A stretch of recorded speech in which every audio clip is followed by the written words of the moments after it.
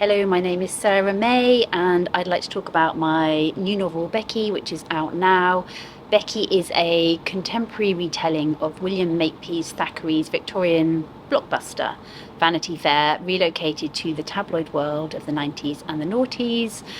You don't need to have read Vanity Fair to enjoy Becky, because Becky Sharp herself is one of those kind of larger than life fictional characters who has long since outgrown the pages and the novel that she was created for.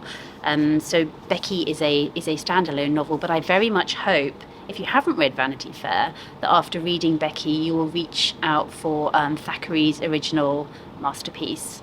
Vanity Fair is a book I've actually had a long-standing relationship with. I first encountered Becky Sharp when I was 18 years old, which is kind of the age of Becky herself is at the beginning of Vanity Fair. It's a book that I keep on coming back to. I have reread and I have reread as I've passed kind of all of my life milestones, and I keep finding different things in it.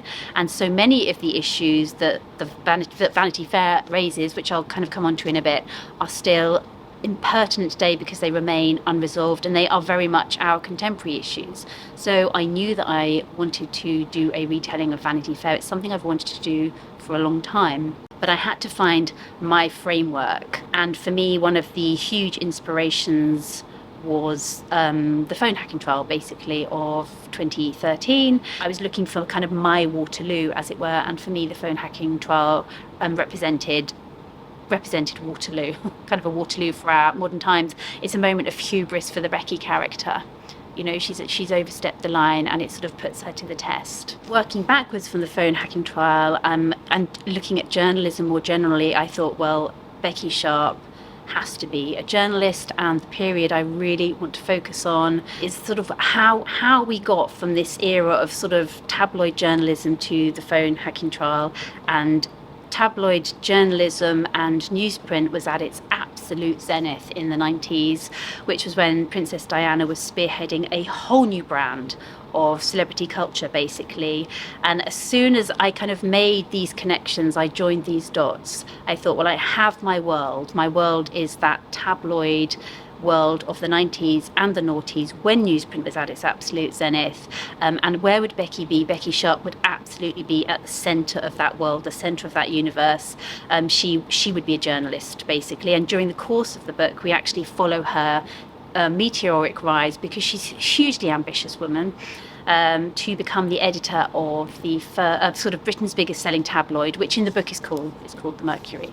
One of the key things to understand about Vanity Fair, which I needed to understand as a writer before writing Becky, is that Becky is an outsider. She's somebody who comes from nowhere and nothing. She has no connections. This is true in the original, but it's also true in Becky as well, and my Becky. You know, she has no plan B. So when we encounter her in that opening scene at the English Rose Nanny Agency, when she's in the act of creating herself, she has to make it work. She has no network, essentially. She doesn't have anybody she can phone up, anybody she can kind of sit down and have a glass of wine with, or go out to dinner with. She has no connections, she has no network. So from the very beginning, we see her making her own network. She's hugely ambitious, she's hugely bright. She has a background of childhood poverty. The education system has basically failed her. This is her chance to sort of reinvent herself.